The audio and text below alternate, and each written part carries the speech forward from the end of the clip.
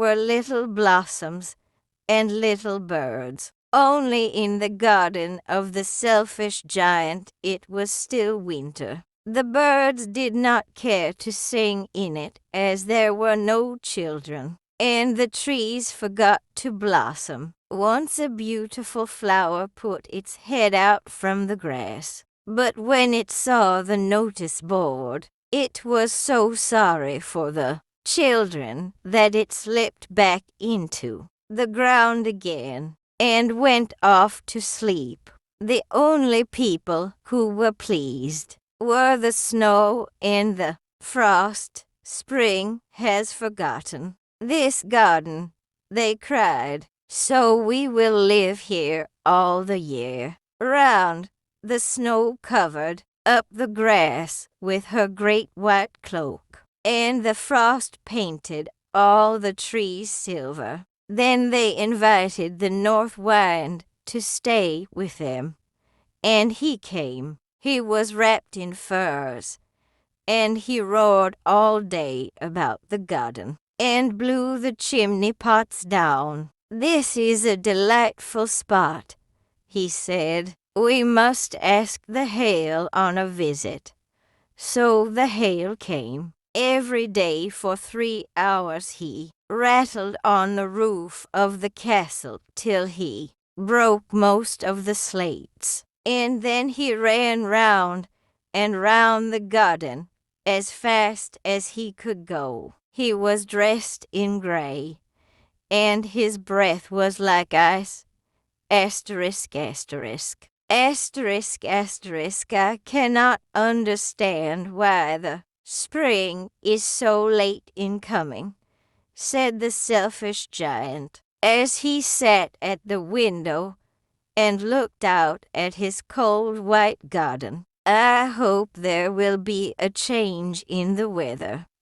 But the spring never came, nor the summer. The autumn gave golden fruit to every garden, but to the giant's garden she gave none. "He is too selfish," she said. So it was always winter there, and the north wind, and the hail, and the frost, and the snow danced about through the trees. One morning the giant was lying awake in bed when he heard some lovely music. It sounded so sweet to his ears that he thought it must be the king's musicians passing by. It was really only a little linnet singing outside his window. But it was so long since he had heard a bird sing in his garden that it seemed to him to be the most beautiful music in the world.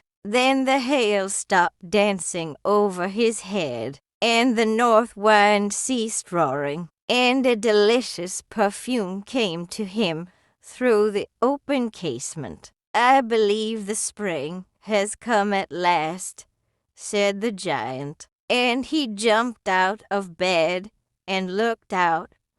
Asterisk, asterisk, asterisk, asterisk. What did he see? Asterisk, asterisk, asterisk, asterisk. He saw a most wonderful sight. Through a little hole in the wall the children had crept in, and they were sitting in the branches of the trees. In every tree that he could see there was a little child, and the trees were so glad to have the children back again that they had covered themselves with blossoms and were waving their arms gently above the children's heads. The birds were flying about and twittering with delight, and the flowers were looking up through the green grass and laughing. It was a lovely scene.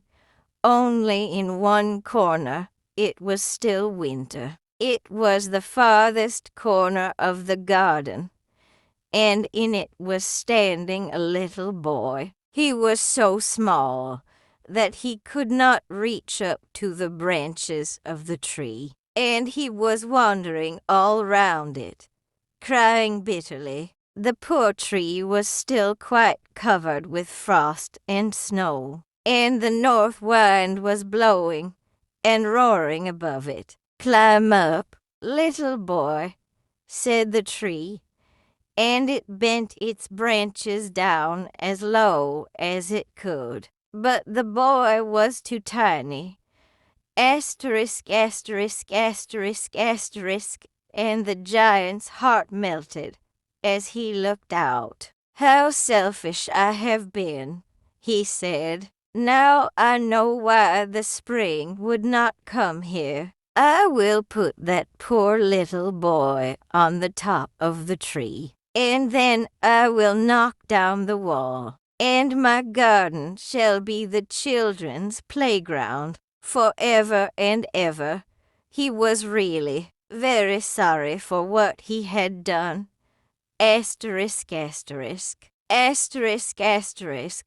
So he crept downstairs and opened the front door quite softly and went out into the garden. But when the children saw him, they were so frightened that they all ran away, and the garden became winter again. Only the little boy did not run, for his eyes were so full of tears that he did not see the giant coming. And the giant stole up behind him and took him gently in his hand and put him up into the tree. And the tree broke at once into blossom, and the birds came and sang on it. And the little boy stretched out his 2 arms and flung them round the giant's neck and kissed him. And the other children, when they saw that the giant was not wicked any longer, came running.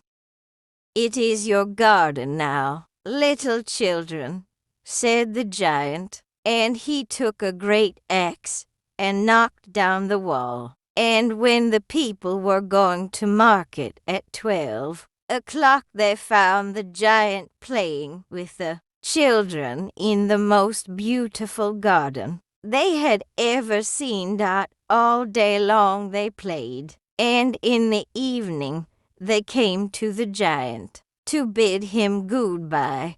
"But where is your little companion?" he said. "The boy I put into the tree." The giant loved him the best because he had kissed him. "We don't know," answered the children. "He has gone away. You must tell him to be sure and come here tomorrow," said the giant. But the children said that they did not know where he lived and had never seen him before. And the giant felt very sad. Every afternoon, when school was over, the children came and played with the giant. But the little boy whom the giant loved was never seen again. The giant was very kind to all the children, yet he longed for his first little friend, and often spoke of him. "How I would like to see him," he used to say. Years went over, and the giant grew very old and feeble. He could not play about any more, so he sat in a huge armchair and watched the children at their games and admired his garden. "I have many beautiful flowers," he said, "but the children are the most beautiful flowers of all." One winter morning, he looked out of his window as he was dressing. He did not hate the winter now, for he knew that it was merely the spring asleep, and that the flowers were resting. Suddenly he rubbed his eyes in wonder, and looked and looked. It certainly was a marvelous sight. In the farthest corner of the garden was a tree quite covered with lovely white blossoms. Its branches were all golden, and silver fruit hung down from them, and underneath it stood the little boy he had loved. Downstairs ran the giant in great joy, and out into the garden he hastened across the grass and came near to the child. And when he came quite close, his face grew red with anger, and he said, "Who hath dared to wound thee?" For on the palms of the child's hands were the prints of 2 nails, and the prints of 2 nails were on the little feet. "Who hath dared to wound thee?" cried the giant. "Tell me, that I may take my big sword and slay him." "Nay," answered the child, "but these are the wounds of love." "Who art thou?" said the giant, and a strange awe fell on him, and he knelt before the little child. And the child smiled on the giant and said to him, "You let me play once in your garden. Today you shall come with me to my garden, which is paradise." And when the children ran in that afternoon, they found the giant lying dead under the tree, all covered with white blossoms. And here the story ends. Wait for the next chapter with a new tale. Don't forget to write in the comments if you enjoyed the story. And now, goodbye.